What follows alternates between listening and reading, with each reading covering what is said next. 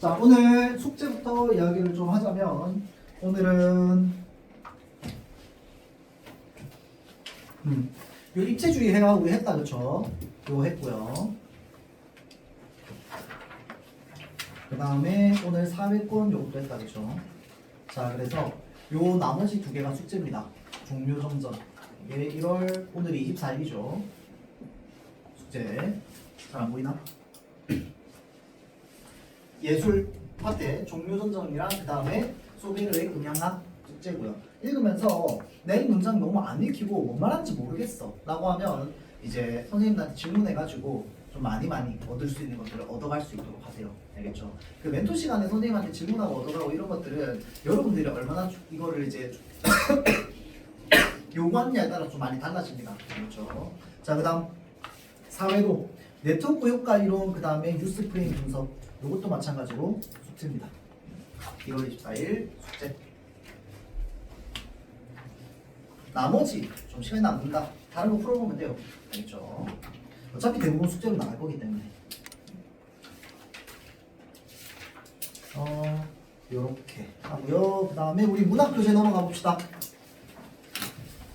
자, 중등 수능 이렇게. 페이지는 100페이지. 오늘도 소설을 한번 읽어볼 거야.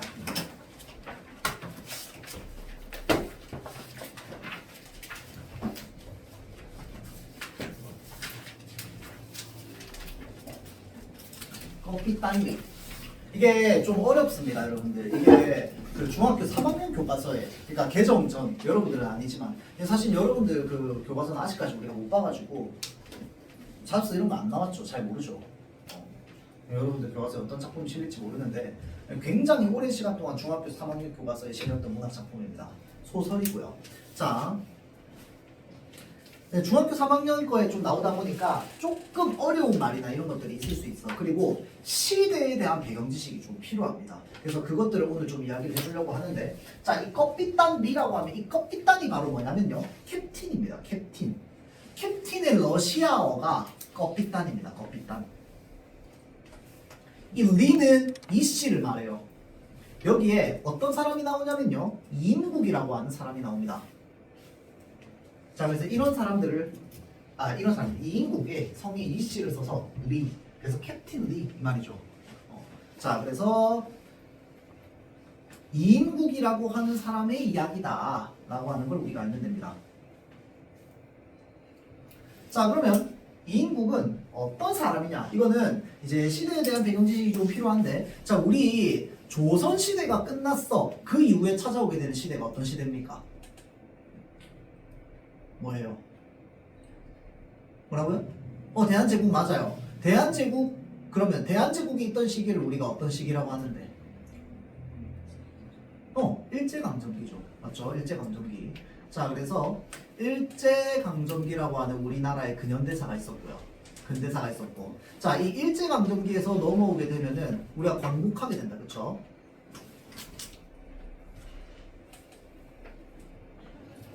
자, 광복 직후의 시기가 있었어요. 광복 몇 월 며칠 날 했습니까?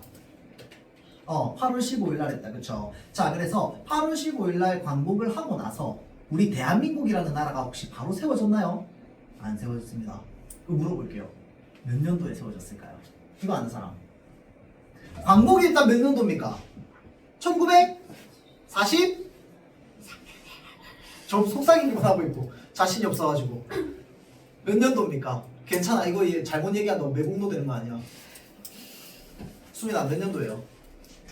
왜 나한테 물어봐? 표정인데? 몇 년도예요? 괜찮아, 몰라도 돼. 중학교 3학년 때만 알면 돼. 1940? 몇 년도? 몇 년도? 마음 아까 속삭였잖아. 봤는데 40 몇 년도? 1945년입니다. 5년. 자, 그래서 1945년에 이제 광복이 됐어요. 자, 그럼 광복 직후라고 하는 건 1945년 이후 직후일 텐데 몇 년 뒤에 우리나라가 세워졌을까요? 대한민국이라는 나라는. 뭐라고요? 2년. 2년? 아깝습니다. 3년. 오, 3년입니다. 그래 봐봐, 자신 있게 이렇게 얘기하면 문제 맞추기도 한다는 거잖아. 맞죠? 자, 그래서 일제강점기 이제 광복은 1945년에 됐고요. 1948년에 우리나라가 세워졌거든. 대한민국이 이제 최초로 이제 뭘 한 거야? 대통령 선거를 해가지고 이제 이승만 대통령이 최초로 이제 대통령이 당선됩니다. 대통령이 당선된 게 1948년인데 48년 이후에 큰 우리 역사적 변혁을 겪게 되죠. 바로 무슨 사건이 있었습니까? 어떤 일이 있었어요? 6.25 전쟁이 있었습니다. 자, 그래서 광복 직후에 있었던 일. 자, 우리나라가 1945년에 광복이 됐단 말이야.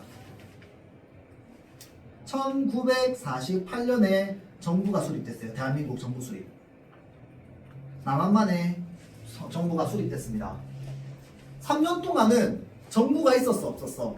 없었어요. 그럼 없는 동안 어떻게 나라를 다스렸는데요? 어떻게 나라를 다스렸어요? 혹시 압니까? 그리고 이제 교과에는 안 나오고 아마 책이나 이런 걸 읽어야 알 텐데 혹시 아는 사람? 나라를 누가 다스려? 국민은 이렇게 많은데 1,000만 명이 넘었을 거 아니야 당시에. 누가 다스렸어요? 미군이 다스렸죠. 이게 유엔에서 와가지고 이제 우리나라가 이렇게 분단된 이유가 뭡니까? 우리가 처음에 분단됐을 때 38선을 그었다고 얘기하잖아. 38선이 뭔데? 지도에 그냥 북위 38도 해가지고 그냥 자로대고 끄는 겁니다. 누가 그었는데? 미국이랑 소련이 그었죠. 자, 그래서 소련은 지금 없는 집단이고 이제 뭐 러시아 그 다음에 동유럽에 있는 여러 국가들이 모여서 소비에트 연방이라는 걸 만들었는데 그걸 줄여서 소련이라고 합니다. 자, 그래서 소련이라고 하는 그 집단이 있었고 그 다음에 미국이라고 하는 나라가 있었어요. 서로 와가지고 뭐 하는 거야? 우리나라를 서로 통치하겠다고 하는 거죠. 왜냐면 이제 우리는 국가가 없잖아. 일제강점기 이전까지는 무슨 국가였어? 우리는 조선이라고 하는 왕정 국가였어요. 왕이 정치하는 국가였습니다. 일제강점기가 끝나고 났더니 왕이 정치하는 국가가 거의 없는 거야. 뭐 해야 돼? 대통령도 선출해야 돼, 정부도 만들어야 돼, 입법기관도 만들어야 돼. 엄청 할 게 많아요. 근데 그런 걸 할 수 있는 사람이 우리나라에 있어, 없어? 없어. 우리는 그런 정치를 해본 적이 없거든. 맞죠? 그래서 대신 통치를 해줬단 말이야. 그래서 맡긴다라고 하는 걸 우리는 뭐라고 하냐면 신탁이라고 하거든. 신탁, 뭔가를 맡긴다. 자, 그래서 통치를 맡긴다라고 해서 이 기관을 뭐라고 하냐면 신탁 통치 기관이라고 합니다.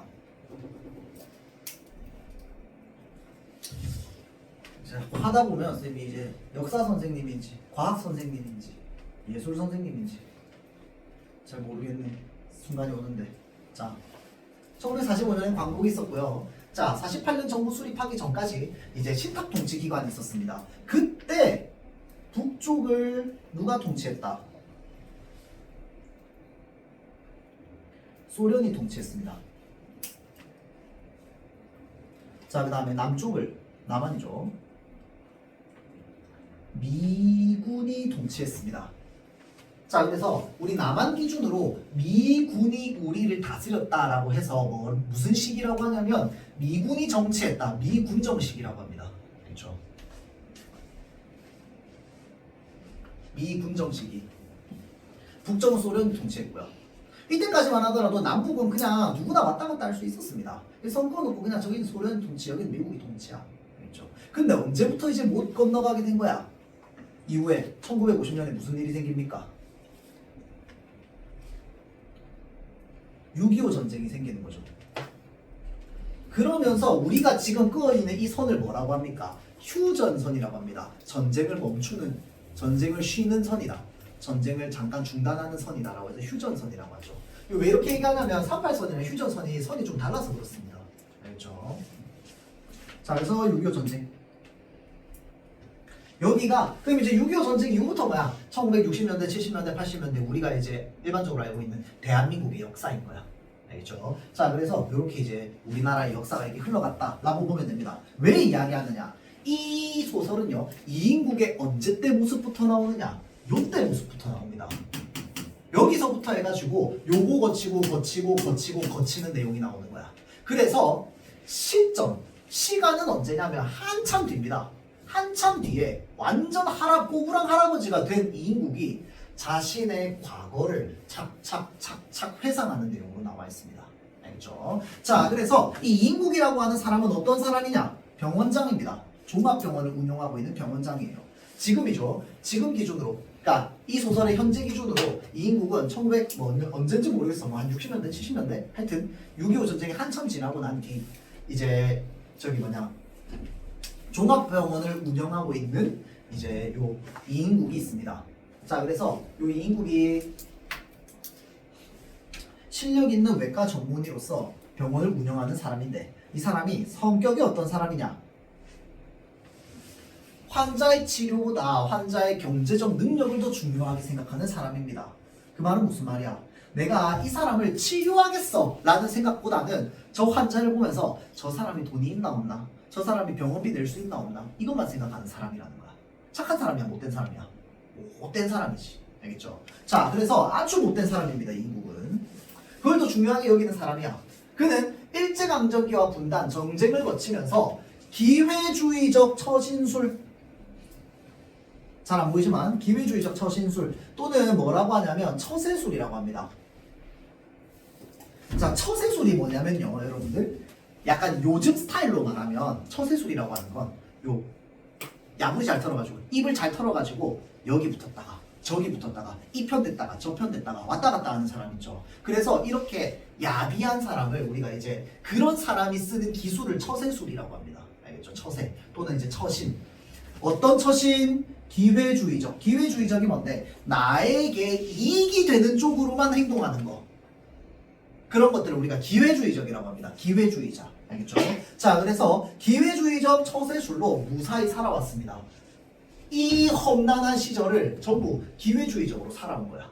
알겠죠? 자, 어느 날 그는 미국인과 결혼하겠다는 딸 때문에 미국에 가기 위해서 미국 대사관 브라운을 만나러 갑니다. 대사관에 가겠죠. 자, 이게 여러분들 지금은 잘 이해 안 되겠지만 미국 가는데 왜 미국 대사관을 가요? 뭐라고요? 맞아요. 비자야. 근데 요즘 비자 대사관 가서 받아요? 아니잖아. 예전에 여러분 압니까? 1980년대 이전까지는요, 우리 해외여행 자유화가 아니었습니다. 해외를 법적으로 승인받은 사람만 갈 수 있었어요. 그전에는 해외를 마음대로 갈 수가 없었습니다. 제주도도 마음대로 갈 수 없었어요. 그래서 1990년대 최고의 신혼여행지가 제주도인 거야. 제주도 가는 게 풀려가지고. 이해돼요? 자, 그래서 미국을 가기 위해선 대사관의 허락을 받고 대통령의 도장을 받아야지만 나갈 수 있습니다. 자, 그래서 지금 미국 대사관 브라운 씨를 만나러 가는 거야. 그러던 중 그는 일본 제국 대학을 졸업할 때 상으로 받은 회중시계를 보면서 문득 뭐 하고 있는 거야? 옛날을 회상하는 겁니다. 자, 그러면 지금은 전쟁 끝났어? 안 끝났어? 끝났어. 지금은 이 인국이 남한에 있어요. 근데 이 인국은 원래 북한 쪽 사람이야. 알겠죠? 자, 이 인국은 지금 전쟁 끝나고 남한 쪽에 내려와서 이제 병원을 운영하는 병원장으로서 미국 대사관 브라운을 만나러 차 타고 가는 길에 옛날을 회상하는 거야. 알겠죠? 그래서 그 옛날 회상이 여기서 어디서부터냐? 여기서부터입니다. 소설 초반. 자, 잘 보세요. 1945년 8월 하순이라고 돼 있어. 그럼 대충 한 8월 30일쯤이라고 칩시다. 그러면 뭐가 된지 광복된 지 한 2주 지났을 때 요때인 거야. 그래서 우리가 완전 광복, 완전 직후지. 광복 직후.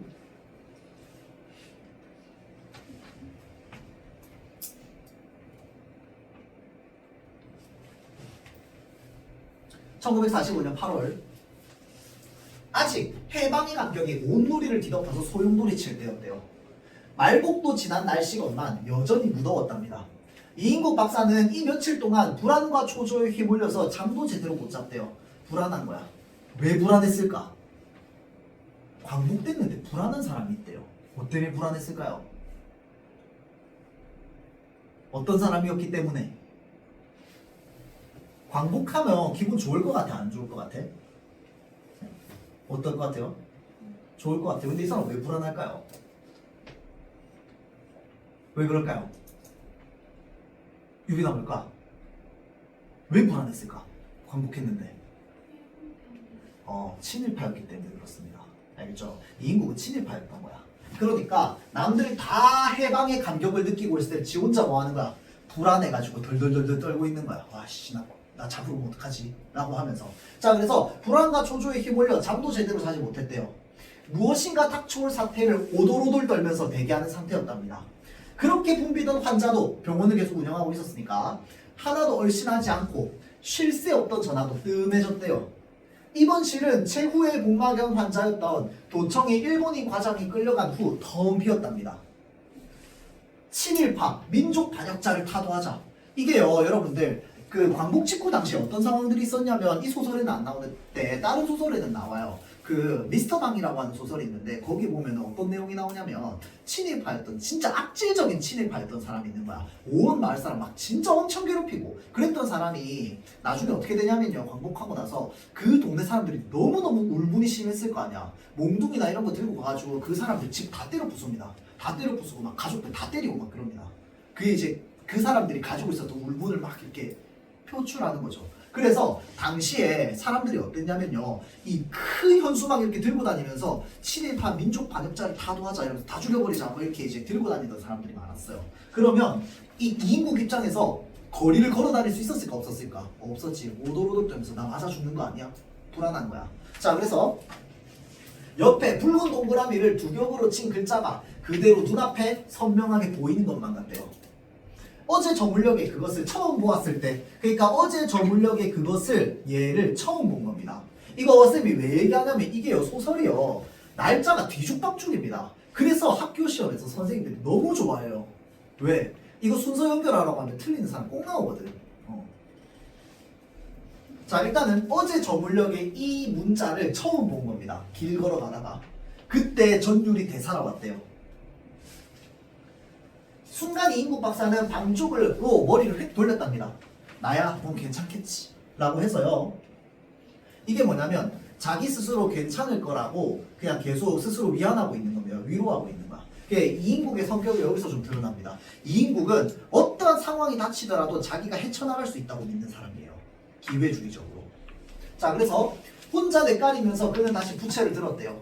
그러나 벽보를 들여다보고 있을 때 자기와 눈이 마주치는 순간 일그러지는 얼굴에 경멸인지 통쾌인지 모를 웃음을 비죽거리면서 아래 위로 훑어보던 그 춘석이 녀석의 모습이 자꾸만 머릿속으로 엄습하여 어두운 밤에 거미줄을 뒤집어 쓴 것처럼 깨림칙칙하기만 했대요. 꺼림칙했대요. 자, 그러니까 이제 요 친일파 민족 반역자를 타도하자 요거를 딱 벽보를 들여다보고 있을 때 누가 날 막 경멸인지 막 뭐 이런 건지 모르겠는 눈빛으로 날 쳐다보는 사람이 있었던가. 눈을 마주쳤어. 마주쳤더니 그 사람이 누구라고? 춘석이었다고. 춘석이가 뭔데? 나중에 나옵니다. 근데 그거 보면서 막 불안한 거야. 왜 불안하냐면, 자, 이거 끝인가? 끝이구나. 춘석이 녀석을 보면서 왜 불안하냐면요, 이제 요 중간에 지금 내용이 생략돼 있는데 어떤 내용이 있냐면 자기가 이제 이러고 나서 시간이 어디로 가냐면 일제시대 때로 가는 거야. 광복 전. 광복 직전에 이때 2월 달에 무슨 일이 있었냐면 광복 전이잖아. 8월이니까 광복은 2월 달에 춘석이가 이제 독립운동 하다가 그 병원에 엄청 많이 다친 채로 병원에 실려온 거야. 근데 얘가 환자를 안 받아주는 거야. 돈도 없어 보이고 괜히 얘 받아줬다가 일본한테 한 소리 들을까봐. 그래서 춘석이가 자기를 거절한 의사라는 걸 알고 있는 겁니다. 그래가지고 째려보고 있는 거야. 춘석이가 이인국을. 그래서 불안감을 느끼는 겁니다. 알겠죠? 자, 다음. 아마 소련군이 들어오나 봐요. 모두들 야단법석이에요. 숨을 헐떡이면서 이야기하는 해수기의 말에, 해수기는 자기 병원 간호사입니다. 이인국 박사는 아무 대꾸도 없이 눈만 껌뻑이면서 도로 앉았대요. 자, 이게 뭐냐면 지금 소련군이 들어오려나 봐요라고 하는 부분에서 이 동네가 어느 쪽 동네라는 걸 알 수 있어요. 북쪽 지역이라는 걸 알 수 있어요. 함경도인가 뭐 함흥도인가 뭐 이럴 거야.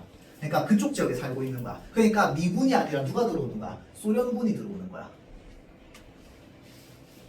그 사람들이 소련군을 엄청 반겼습니다. 드디어 우리가 일제 해방됐다라고 하면서 우리 와가지고 우리를 이제 이끌어줄 거야 라고 하면서. 근데 이인국 혼자 뭐 하고 있는 거야? 덜덜덜덜 떨고 있는 거야. 맞죠? 자, 무엇을 생각했던지 그는 움찔 자리에서 일어났대요. 그리고는 벽장문을 열었답니다. 벽장문을 열었어. 안쪽에 손을 뻗쳐서 액자트를 끄집어냈대요. 국어 상용에 가 라고 하는 문구가 있는 거야. 해방되는 날 그거를 떼가지고 이 액자틀 안에다가 집어놨던 걸 그동안 깜빡하고 있다가 이제 다시 꺼낸 거야. 그럼 국어 상용에 가가 뭐길래? 상용은요, 항상 상자거든. 용은 사용하다. 항상 사용하는 가는 무슨 가야? 집가. 항상 사용하는 집이라는 거야. 그럼 뭘 항상 사용하느냐? 국어를 항상 사용하는 집이라는 거야. 이게 뭐냐면 여기 있는 국어는 뭘 말하냐면 일본어를 말합니다. 그러니까 예전에 어땠냐면요. 우리 집에 왜 일제강점기 때는 순사가 맨날 막 길에 돌아다니고 있잖아. 근데 순사가 심심하고 와가지고 막 집안 다 뒤지고 막 그런단 말이야. 맞죠? 근데 안 뒤지는 집안들이 있었어. 어떤 집안이었냐면 우리 집 대문에다가 여기에 팻말로 국어 상용의 가라고 다 붙여놓는 거야. 일본어를 항상 사용하는 집. 이거 뭐야? 우리는 일본의 우호적인 사람들입니다 라고 하는 팻말을 딱 붙여놓는 거야. 그러면 굉장히 생활이 편해집니다.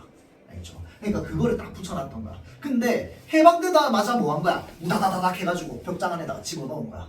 그 이제 그걸 까먹고 있다. 이제 꺼낸 거지. 와, 씨, 큰일 날 뻔했다. 라고 하면서. 자, 그래서 꺼냈어요. 그는 액자틀 뒤를 열어서 음식점 면허장 같은 그 두터운 모조지를 빼내가지고 한 글자도 남지 않게 다 찢어버렸대요. 혹시나 증거가 될까 싶어가지고 잡혀갈까봐. 그러면서 생각합니다. 이 종이장 하나만 해도 일본인과의 교제에 있어서 얼마나 떳떳한 구실을 할 수 있었던가. 야릇한 미련 같은 것이 성강처럼 머릿속을 스쳐갔대요. 그러니까 이 사람은 지금 뭘 가지고 있는 거야? 일제강점기 시대에 미련 가지고 있는 겁니다. 아씨, 그때가 좋았는데 이러면서. 그렇죠? 자, 다음. 헤드라이트에 눈부신 광선, 탱크 부대의 진주는 끝을 알 수 없이 계속되고 있었대요. 소련군이 계속 동네로 들어오는 거야. 이인국 박사는 자기와 아무 관련도 없는 이방 부대, 그러니까 다른 나라 부대라는 환각을 느끼면서 박수도 환송도 안 나가는 멋쩍은 속에서 멍하니 천하만 보고 있었대요. 그는 자기의 거동을 주시하지 않나 해서 주위를 두리번거렸습니다. 이게 뭐냐면 중간 내용이 또 생략돼 있는데 해수기가 그 소련군 보러 가자 같이 쫄라가지고 나갑니다. 나가가지고 이제 들어오는 거 보는 거야. 보는데 이제 다 남일이라고 생각하는 거지. 나랑 상관없는. 그러면서 혹시나 나 쳐다보고 있는 사람 있나 없나 뒤에 두리번거리고 있는 겁니다. 불안해가지고. 자, 그래서 그러나 아무것도 그에게는 관심을 두는 일 없이 탱크를 향하여 목정이 터지도록 거듭 만세만 부르고 있지 않은가. 사람들 전부 대한독립 만세 부르고 있는 거야. 나만 안 하고 있고. 어떻게든 되겠지. 그는 밑도 끝도 없이 한마디를 내면서 유유히 집으로 들어왔어요. 마찬가지로 어떻게 생각하고 있습니까? 굉장히 낙천적으로 생각하고 있습니다. 낙관적으로 생각하고 있죠. 어떻게든 될 거라고 생각하는 겁니다. 나는 언제든지 헤쳐왔기 때문에 위험을. 자, 다음. 자동차 속에서 이인국 박사는 자동차 속 나오면 이거는 전부 뭐냐면 현재 시점입니다. 모든 6.25 전쟁까지 다 끝나고 미국 가려는 들고 나온 석관을 펼쳤대요. 자, 그럼 이 자동차가 뭐 어디로 가는 자동차냐? 미국 대사관으로 가는 자동차입니다.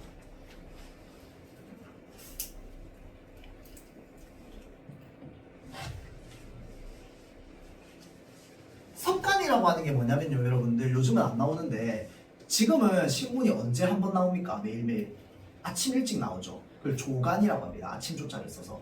예전에는요 TV가 없었기 때문에 신문이 조간도 있었고 석간도 있었어요. 그래서 아침에도 나오고 저녁에도 나옵니다. 그래서 저녁에 나온 신문을 이렇게 펼쳐보면서 뭐 하고 있는 거야? 차 타고 미국 대사관 가고 있는 거야. 현재 일면의 제목을 대강 훑고 난 그는 신문을 뒤집어서 3면으로 눈을 옮겼대요. 북한 유학생 서독으로 탈출이라고 하는 이 문구를 신문에서 본 거야. 바둑돌 같은 굵은 활자의 제목, 왼편 전단을 차지한 외신 기사, 외국 기사, 손바닥만한 사진까지 곁들여져 있었대요. 그의 시각은 활자 속을 헤치고 머릿속에는 아들의 환상이 뒤엉켜 들이차 있었대요. 이게 왜 그러냐면요, 전쟁이 일어나기 전에 이인국 박사가 자신의 아들을 소련으로 유학 보냈거든. 소련에 라인 타고 싶어가지고. 그러니까 자기 잘 되고 싶어서 아들을 소련으로 유학 보냈어요. 그러고 나서 6.25 터지고 자기는 남한으로 도망온 거거든. 그래서 아들은 아직까지 소련에 있단 말이야. 자, 그래서 소련 유학생을 보니까 누구 생각이 나는 거야? 아들 생각이 나는 겁니다.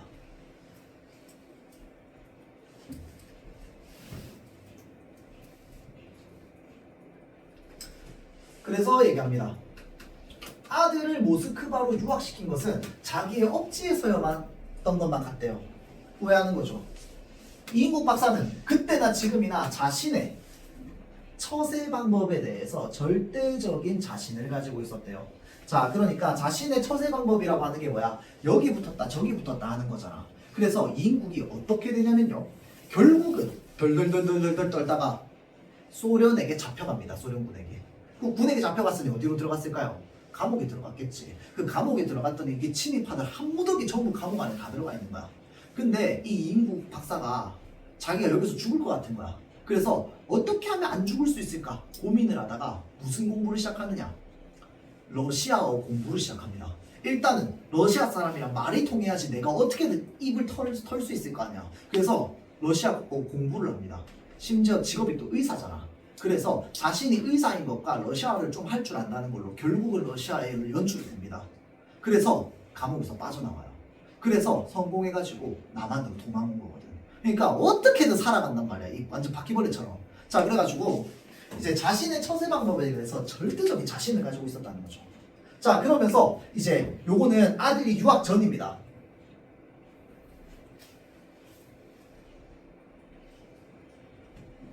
아들 유학 전에 아들한테 얘기하는 거야. 얘, 너 그 노어 공부 열심히 좀 해라. 노어가 뭡니까? 노어.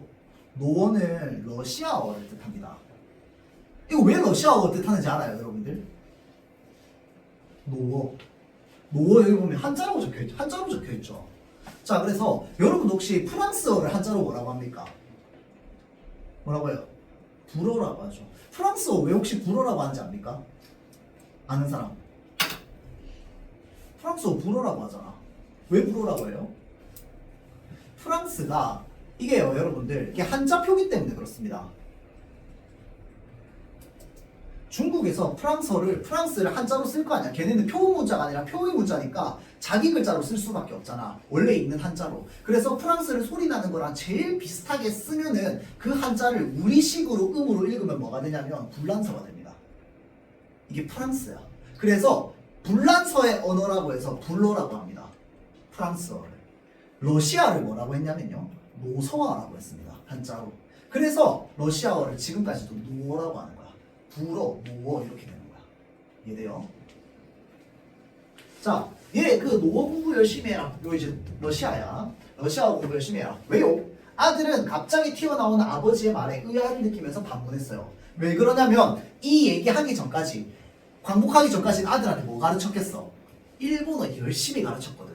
근데 그러다가 광복하고 나니까 바로 뭐 배우라고 하는 거야? 러시아어 배우라고 하는 거야. 자, 야, 이 원씨가 별 수 없다. 외정 때는, 외정이라고 하는 건, 외는 이제 일본이랑 외나라, 맞죠? 정은 정치하는 거, 일본이 정치하던 시대, 일제강점기죠. 자, 그래서 일제강점기 때는 이제 그래도 일본말이 출세를 하게 했고, 이제는 노어가, 러시아어가 또 판치지 않냐? 고기가 물을 떠나서 살 수 없을 바에야 물속에서 살 방도를 궁리해야지. 아무튼 그 노서한 말 열심히 꾸준하게 해라 라고 아들한테 막 요구하는 거죠. 그러면서 이인국 박사는 끝내 스텐코프 소좌의 배경으로 요직에 있는 단간부의 추천을 받아서 아들의 소련 유학을 결정짓고야 말았습니다. 자, 이 스텐코프가 바로 뭐냐? 이인국의 조력자입니다.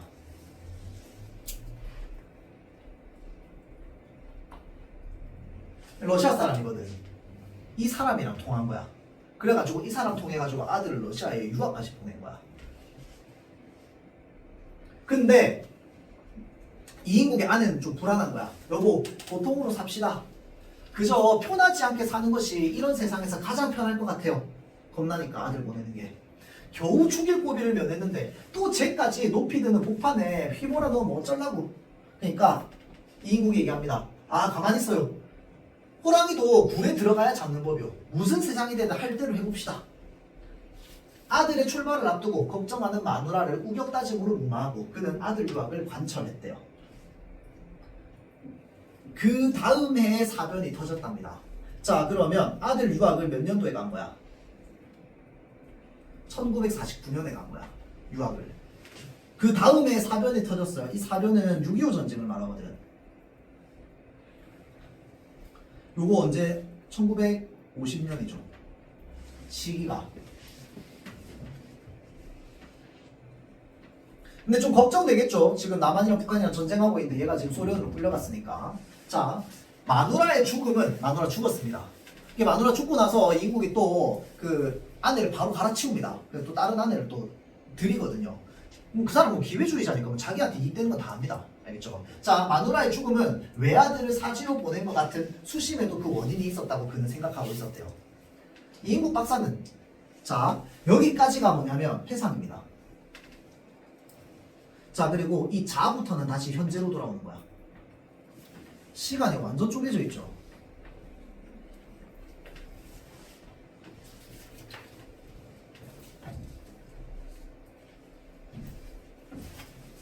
이인국 박사는 신문 다치키니 속에 채워진 글자를 하나도 빼지 않고 다 훑어갔대요. 왜 그런데?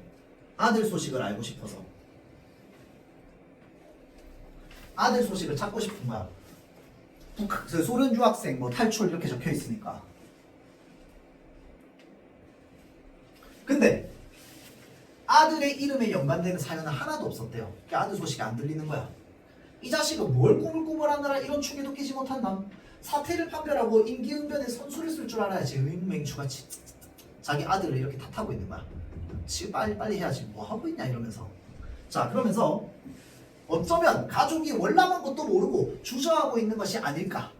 아니, 이제는 그쪽에도 소식이 가서 제게도 무언중에 압력이 퍼져나갈 터인데 역시 고지식한 놈이 아무래도 좀 무식해. 고지식하다는 게 무슨 말이야? 고지식하다. 굉장히 유연하지 못한 걸 뜻합니다. 그러니까 이럴 땐 이렇게 하고 저럴 땐 저렇게 하고 좀 유연하게 행동해야 되는데 완전 원칙만 생각해가지고 원칙주의자처럼 행동하는 거 있죠. 그런 것들을 고지식하다고 얘기합니다. 알겠죠? 자, 그래서 아버지가 보기에는 이 아들놈이 너무 고지식해가지고 답답한 거야. 빨리빨리 라인 타야지 뭐 하고 있어? 라고 생각하는 거죠. 자, 그러면서 자, 자위대가 치안대로 바뀐 다음 날이었다라고 되어 있어. 자, 자위대는요 일본의 군인입니다. 치안대는 소련군입니다. 자, 그러면 자위대가 치안대로 바뀌었다. 이게 무슨 말인데? 일제강점기가 끝나고 소련군이 들어온 시기다 이 말입니다. 알겠죠? 그러한 시기 다음 날이었대요. 이인국 박사는 바로 어디로 끌려가? 치안대로 끌려갑니다. 잡혀가가지고 쪽발이 끄나불냐 이 새끼야 라고 하면서 누군가가 자기를 부르는 거야. 고함 소리에 놀라서 이인국 박사는 흠칫 머리를 들었답니다. 그랬더니 때도 묻지 않은 일본 병사 군복에 완장을 차고 있는 젊은이가 째려보고 있었어요. 누구였냐? 춘석입니다. 아까 잠깐 눈 마주쳤던 춘석이. 내가 예전에 뭐 했던 놈이야? 환자로 들어왔는데 거절했던 놈. 맞죠? 자, 그래서 이인국 박사는 다시 지켜볼 힘도 없었대요. 모든 사태는 짐작되었답니다. 뭐야? 자기가 잡혀서 끌려와가지고 지금 뭐 하는 거야? 춘석이가 문초하고 있는 겁니다. 너 왜 그랬어? 라고 하면서. 그래서 자기가 생각합니다. 아, 이제는 죽는구나. 입으로 내깔았대요. 그러니까 지금 춘석이는 완전 화나가지고 막 난 이인국한테 욕하고 있는 거야. 이 외놈의 밑까지 이 새끼야 라고 하면서. 그러면서 일본 군용화가 그의 옆구리를 들이찬대요. 그러니까 이제 춘석이가 발로 차는 거야 이인국을. 시간이 얼마나 흘렀을까? 자기 앞자락에서 부스럭거리는 감촉과 금속성의 부닥거리는 소리를 듣고 어렴풋이 정신을 차렸답니다. 노란 털이 엉성한 손목이 시계줄을 끄르고 있었대요. 그는 반사적으로 앞자락에 시계 주머니를 부둥켜쥐면서 손의 임자를 힐끔 쳐다보았답니다. 이인국이 아니 이것만은 이게 지금 뭐 하는 상황이냐면 이인국이 이렇게 잡혀있고 여기 주머니 안에 그 아까 제일 처음에 나왔던 회중시계 있었죠. 일본 제국한테 받은. 그래서 회중시계를 자기가 소중하게 여기고 있었는데 이 러시아 군인이 한 명이 와가지고 이 주머니에 있는 회중시계 뺏어가려고 하는 겁니다. 그러니까 지금 뭐야 아니 이것만은 이러면서 이제 지키고 있는 거지. 그들의 대화는 서로 통하지 않는 대로 소나기와 눈동자의 대결은 계속 지속되고 있었대요. 자, 병사는 뒷밤만한 손으로 자 이인국 박사의 손을 뿌리치면서 시계를 가져간 겁니다. 그렇죠? 자, 그래서 이인국의 시계가 뺏긴 상황. 그러면서도 이인국은 계속 뭐하고 있느냐? 감옥 속에서 러시아어 책을 읽으면서도 지금 러시아어 공부하고 있는 거죠. 그러면서 그의 청각은 늘 깜방송의 이야기를 놓치지 않았고 있었답니다. 그들이 예측하는 식대로에 중형으로 치른다면, 중형이라고 하는 건 아주 큰 벌을 뜻해요. 자, 중형으로 치른다면 자기의 죄상은 너무도 어마어마하다는 겁니다. 자, 그러니까 자신이 잘못됐다는 사실을 뭐하고 있어? 알고 있습니다. 알겠죠? 그러나 죄책감은 느끼지 못합니다. 그러니까 자신이 잘못했다는 생각은 해요. 왜 하는데? 처벌이 두려워서.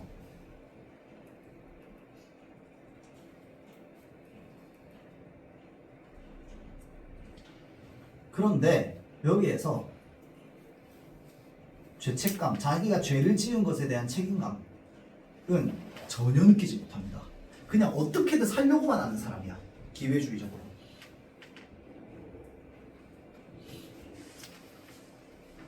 자, 양국조합의 쌀을 몰래 팔아먹은 것이 7년, 양민을 강제로 보국대에 동원했다는 것이 10년, 감정적인 즉결이 아니라 법에 의한 처단이라고 내대지만 이 난립 한국에 법이고 뭐시고 있을까? 마음에만 거슬리면 총살일 판인데 그게 자기가 총살당할 거라고 생각하는 거야.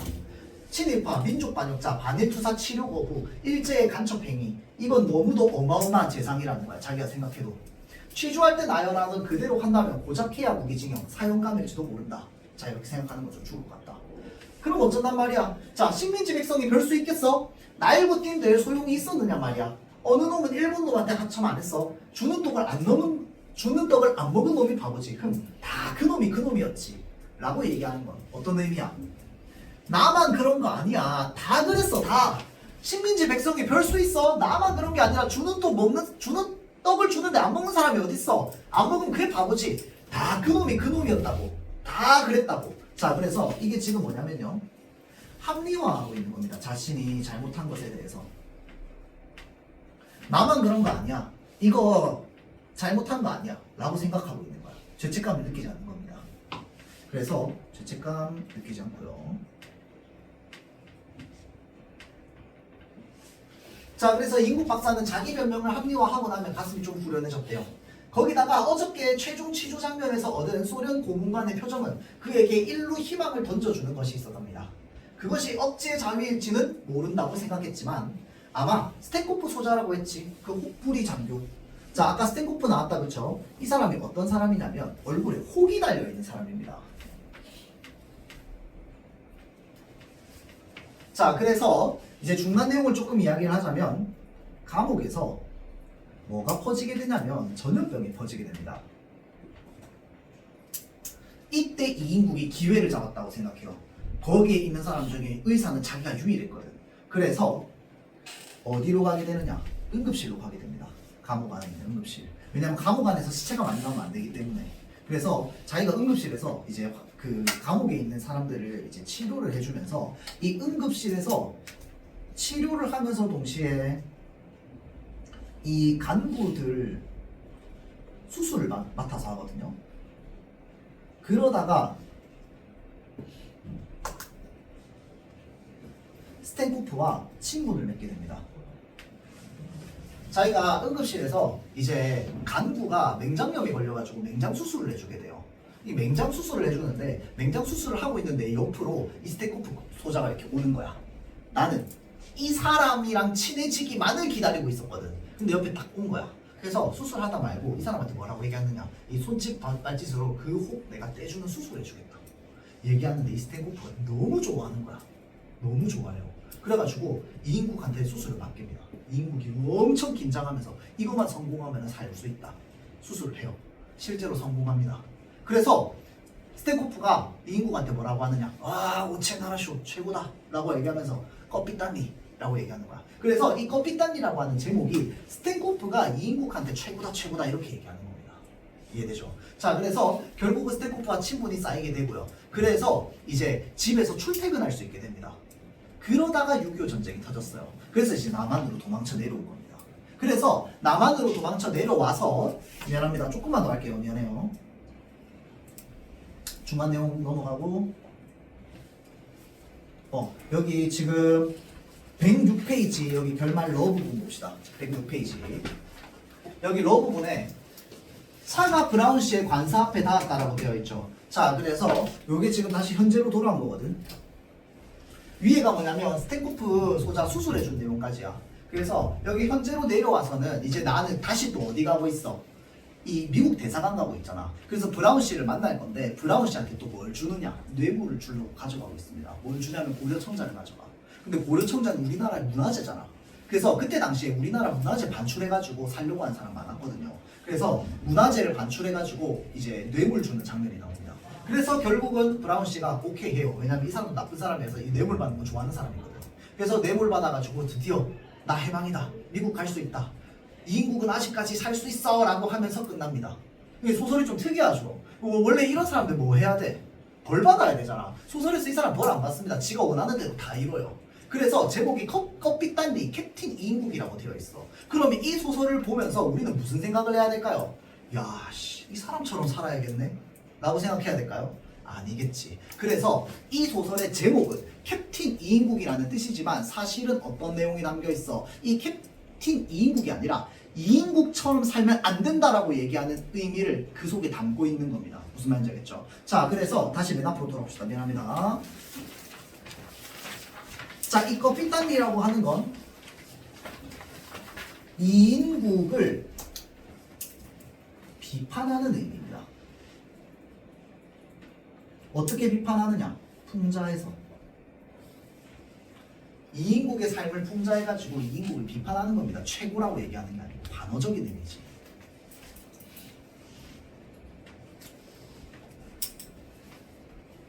반대로 얘기하는 겁니다. 그렇죠? 그래서 이 소설을 통해서 이렇게 살아서야 되겠나? 이렇게까지 살고 싶을까? 라는 생각이 들게 만드는 소설이 바로 이겁니다. 그래서 이인국이 한 번도 이 소설 안에서 죄책감을 안 느끼는 거야. 죄책감을 느끼는 인물이면 되나? 인물이 되면 안 되는 거야. 왜냐면 우리가 보면서 이 사람을 비판해야 되기 때문에. 이해되죠? 그래서 그런 소설이 좀 요 소설이다 라고 보면 됩니다. 알겠죠? 자, 그래서 앞으로 넘어가 봅시다. 미안합니다.